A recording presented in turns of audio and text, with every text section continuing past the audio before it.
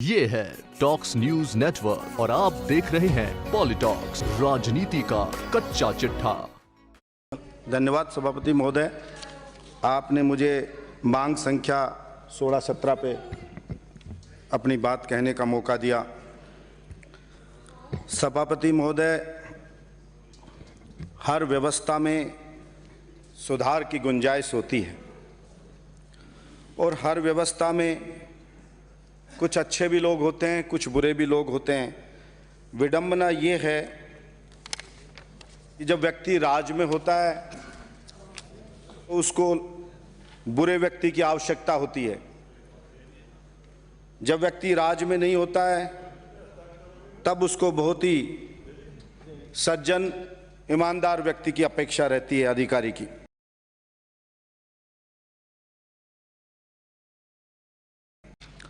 सभापति महोदय, हमेशा पुलिस के बारे में बात होती है। मैंने भी पुलिस के खिलाफ बहुत आंदोलन करे। सभी लोग ये कहते हैं कि पुलिस को गुंडों के ऊपर टूट पड़ना चाहिए, उनका नामो निशान मिटा देना चाहिए। ये सारी बातें सुनकर के अभी भी जैसे मैं विचार सुन रहा था सदस्यों के, तो मुझे याद आया कि हमारे गांव में कोई बड़ा पहलवान होता था तो दूसरे गांव के लोग जो होते थे, पड़ोसी के कोई भी, वो कहते थे भाई इस पहलवान को हराना, इसको धूल चटाना है, इज्जत का सवाल है। तो गांव वाले उसको 5-5 किलो घी एकत्र करके देते थे कि इसको घी खिलाओ, दूध पिलाओ, तगड़ा करना है, उसको हराना है और अपने इसको जिताना है। लेकिन मैं समझ नहीं पा रहा कि ये राजस्थान के पुलिस के कांस्टेबल को कौन सी शिलाजीत खिलाते हैं हमारे सरकार में रहने वाले, कि वो सारे कर्मचारियों से तो ड्यूटी लेंगे 8 घंटे और उस कांस्टेबल को कहेंगे 12 घंटे तो नाइट में ड्यूटी करेगा और दिन में भी कोई लिमिट नहीं है, उतनी ड्यूटी आपको करनी पड़ेगी और आपको मधुर व्यवहार भी आपको रखना पड़ेगा और आपको साइकिल पर चल के दूर दूर तक पकड़ के लाना पड़ेगा मुलजिमों को और उसके 50 रुपए देंगे आपको साइकिल के। मोटरसाइकिल पे दुनिया चल रही है, कार में दुनिया चल रही है, लेकिन अभी भी पुलिस कांस्टेबल कह रहे तू साइकिल से ही दौड़ा के फॉर्च्यूनर वाले मुलजिम को पकड़ ले। अब ये कैसे पकड़ा जाएगा, मैं समझ में नहीं आ रहा कि भाई ये कौन सा कानून हम ही तो बनाते हैं। वो कांस्टेबल है, वो उनमें से कितने ही हमारे कोई चाचा का लड़का है, कोई ताऊ का लड़का, कोई फूफा का लड़का, कोई भाई है, कोई भतीजा, सारे सब कुछ हम जानते हैं, रोज उनका दुखड़ा जानते हैं। लेकिन फिर भी मैं ये नहीं समझ पाया कि अपन इस चीज को क्यों नहीं जान पाए। या तो उसको हटाई दो, जो मजाक ना बने कि कोई आदमी देखे तो भी ये कानून हमने बनाया, हमने ये सारी चीजें रखी, तो इसको पढ़े तो कोई हंसे। तो मैं आपके माध्यम से सरकार से ये मांग करता हूं कि उस कांस्टेबल को भी इंसान समझा जाए। मैंने पिछली दफा भी सदन में कहा था, मैं कोई वकालत पुलिस की नहीं कर रहा, लेकिन जो ईमानदारी से जीना चाहता है, जो कांस्टेबल ड्यूटी करना चाहता है, वो शपथ लेता है कि मैं ईमानदारी के साथ अपने फर्ज को निभाऊंगा, तो उसको अपने उसकी उस शपथ को तोड़वाने पर सरकारें क्यों मजबूर करती है कि वो जाएगा रोडवेज में तो जाएगा, हरियाणा में पास मिलता है, पंजाब में मिलता है। पिछली बार मैंने सदन में कहा, इतना दिन गुजर गया, मुझे नहीं पता किसी के जू भी नहीं रहेंगी है, कोई उसके अंदर कोई चाल चली हो तो कुछ उसको फायदा मिला हो तो कुछ नहीं मिलेगा। खाने का पैसा, सभापति महोदय, मैं कह रहा था पहलवान को 5-5 किलो घी देते हैं गांव वाले, और यहाँ कांस्टेबल को 47 वाले गुंडे से लड़ने के लिए, जो रोजाना चिकन मटन खाता है गुंडा, उससे लड़ने के लिए उसको 65 रुपया रोज के दिए जाते हैं। मैं जो उसका अलाउंस है वो दिया जाता है, भैया तू इसमें दोनों टाइम रोटी खा ले। अब मुझे ये बता दे कोई यहाँ पे बैठा आदमी कि 65 रुपए के अंदर उसको रोज दिन में कहाँ रोटी खिलाई जा सकती है, कहाँ की रोटी खाए। तो उसको कहते तेरे पेट के गांठ बांध ले पर दौड़े जा, लड़े जा। और मलाई चाटते हैं कुछ पुलिस के अधिकारी, वो चाहे कोई सरकार आ जाओ, उनका कोई माई का लाल कुछ बिगाड़ ही नहीं सकता। इतने तेज होते हैं कि उनको खबर लग जाती है सबसे पहले।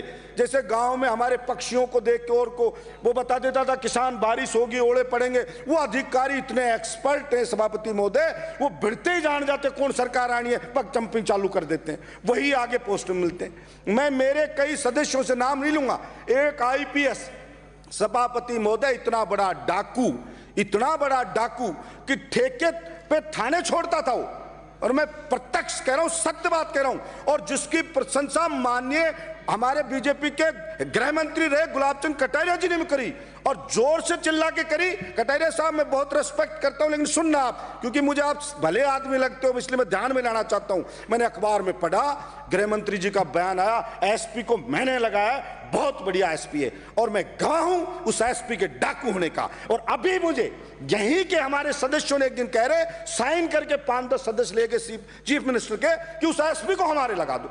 मैंने कहा भले आदमी तो डाकू है, ये तो बीजेपी के राज में भी लूट रहा था, अब तुम ले जाना चाह रहे हो। नहीं कह जी, हम सोच रहे हैं कि बढ़िया है। अब मुझे नहीं पता, ज्यादा नहीं जाना चाहता, लेकिन ये जो काम करे। और माननीय कटारिया जी, आप मुख्यमंत्री, वो आप आगे बढ़ जाओगे, मुख्यमंत्री निकल रहा कब, मैं कह रहा हूं होम मिनिस्टर थे, आरएसएस का एक कार्यकर्ता, आरएसएस का सभापति महोदय, उसको पुलिस वाला एक अधिकारी भ्रष्ट, उसने ऐसे मोदा पटक के उसका छोरा है, वो मंदबुद्धि है सभापति महोदय।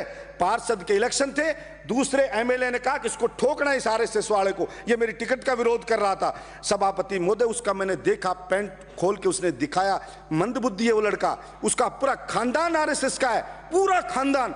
उसको इतनी बुरी तरह से मारा। हुआ क्या, बहरोड थाने में था वो थानेदार, उसको माननीय एसएचओ बना के लगा दिया पुरस्कार कि तूने बढ़िया ठोका। उनकी जूतियां घिस गई, कटारिया जी के चक्कर लगा। कटारिया जी ने कहा कि भाई डीजी आके बैठ जाएगा, सस्पेंड करूंगा, तो कुछ नहीं हुआ। मैंने प्रदर्शन किया, अलवर में किया, तो बैरिकेड लगा के मुझे रोक लिया, हजारों लोग ले गया। आरएसएस का कार्यकर्ता था, लेकिन चूंकि अन्याय हुआ था वहां रोका, बाहर बैरिकेड्स लगा दिए। मैंने कहा कि चोर है ये एसपी, चोर, और करोड़ों रुपए उगा रहा है, और मैं साबित करूंगा। पत्रकारों ने कहा आप पे केस हो जाएगा, मैं सबूत दूंगा कि उसने पूरे वहां पे कुंड रोड पे लगवा के लुटवा रहा है। हर ट्रक को कैमरे को बंद कर देता है, कैमरा चलने नहीं देता है, और मैं आज पकड़ के बताऊंगा उसके वीडियो रिकॉर्डिंग। वो एसपी तो चूं बोला नहीं, उसके बाद में उसको हटाया गया वहां से, और लिखवा के वहां के बीजेपी के एमएलए ने ये दिया, साइन करा के सरपंचों से, एसएचओ ईमानदार है। तो मैं कहता हूं जो राज में आ जाता है वो इनके हिसाब से चलता है, तब उसके कुछ और सिद्धांत हो जाते हैं। जब वो विपक्ष में चला जाता है तब कुछ और बातें हो जाती हैं। लेकिन ये कांस्टेबल जो है, मेरी सहानुभूति, मैंने आज तक किसी सिपाही की शिकायत नहीं करी, उसने 19-20 गलती भी करी तो मैंने मेरा सिद्धांत बना रखा है कि ये दबा कुचला आदमी है, अगर इससे कोई गलती भी हो जाए तो ये मान लेना चाहिए कि ये बेचारा फ्रस्ट्रेशन में है, इसलिए इसकी गलती को अनदेखा किया जाना चाहिए। तो मैं सरकार से कहना चाहता हूं, बचपन में मैंने एक कहानी सुनी थी कि साहब बुद्धिमान उसके लकड़हारे की, और उसने बताया कि मूर्ख लकड़हारा हर पसीने पसीने होता, वो लकड़ी नहीं काट पाता। दूसरा लकड़हारा था, वो बुद्धिमान था, वो पहले धार देता अपनी कुल्हाड़ी को, और दे करके जाता, और कुछ समय में उससे 4 गुना लकड़ी काट के ले आता। तो मैं कहना चाहता हूं ये एक बार प्रयोग करके देख ले राजस्थान सरकार। पुलिस वाले को आप ड्यूटी दे रहे हो 12 घंटे, फिर के तामील करवा, उसको पकड़ धरना होगा, पर एक बार उसकी 8 घंटे ड्यूटी कर दो, उसको अच्छा वेतन दो, 7वां वेतन आयोग लगा। सभापति महोदय 1 मिनट, मैं इमोशनल हो रहा हूं, थोड़ा 1 मिनट, फिर मेरा आगे काट लेना कभी भी। उसको वो 7वां वेतन आयोग लागू हुआ। सभापति महोदय बेचारे उस कांस्टेबल से ही जना पैसा बताना चाहते हैं क्या, उस बेचारे को उसका कोई लाभ नहीं दिया। छात्रों, उसको 5,000 रुपए का फायदा मिलता, सेंटर के हिसाब से लगती तो, लेकिन पता नहीं सारे के सारे गरीब को लूट करके बचाना चाहते हैं, उसको नहीं दिया बेचारे कांस्टेबल को। और उस कांस्टेबल को बेचारे को जगह जगह, मतलब उसके साथ इतनी है, आप कहते हो लड़ो, उसको AK-47 से, मैं भी कहता हूं लड़ूंगा। सभापति महोदय मैं जाता हूं ना, गुंडों से हमारी भी दुश्मनी है। मेरे लिए एसपी ने लिख करके भेजा कि एमएलए की जान को खतरा हो सकता है, इसको सुरक्षा दो। मैंने मेरे को सुरक्षा नहीं दी सरकार ने, और मुझे जरूरत नहीं, मैं किसान का बेटा हूं, लठ लेकर लड़ता हूं गुंडों से, मेरे को परवाह नहीं। लेकिन मैं बताना चाह रहा हूं मैं भी क्या सोचता हूं, मेरा बेटा ने मुझे क्या बोला, मैं आपसे शेयर कर रहा हूं पूरे सदन से। जब मैं पपला के खिलाफ बोला, जब मैंने धरना दिया, तो मेरे बेटे ने यह कहा, पापा कभी अपने यहां AK-47 लेके आ जाए, आप थोड़ा सुरक्षा के गार्ड तो रख लो, मतलब डर। तो जब मेरा बेटा एक दिन एक गुंडे से लड़ने के लिए जब मुझे कहता है कि आप सुरक्षा रखो, तो वो कांस्टेबल है, उसको रोज कहते हो भूखा मर, लड़ गुंडों से, लड़ गुंडों।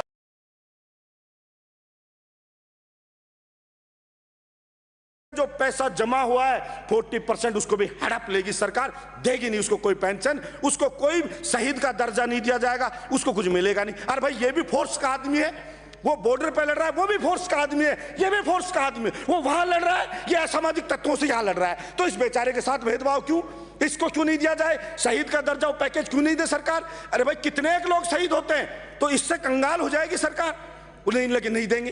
वो तो मैं ये मांग करता हूं राजस्थान की सरकार से, कोई भी पुलिस वाला कांस्टेबल पुलिसकर्मी शहीद हो तो शहीद का पैकेज मिले, और सभापति महोदय 30 सेकंड में खत्म करो, उसको पैकेज मिले, पुरानी पेंशन स्कीम से उसको पेंशन दे, ताकि तभी तो लड़ेगा वो कि मेरे बच्चे सुरक्षित है, मेरे बच्चों का भविष्य सुरक्षित है, तो लड़ेगा। और उनको सब, मैं एक और बताऊंगा, ये इनको वर्दी भत्ता 7 से 15,000 रुपए किया जाए, जो ड्यूटी भत्ता है दोगुना किया जाए, और इनको ये उच्च अधिकारी द्वारा अपमानित किया जाता है सभापति महोदय, वो बंद होना चाहिए। वो ना तो हड़ताल कर सकता है, ना वो शिकायत कर सकता है। सभापति महोदय थोड़ा उनके प्रति रहम रखो। मतलब बहुत मानवीय दृष्टिकोण रखते हुए मैं सरकार से कहना चाहता हूं कि इनका ध्यान रखे। देखिए, नहीं रखोगे तभी तो सरकारें बदलती है।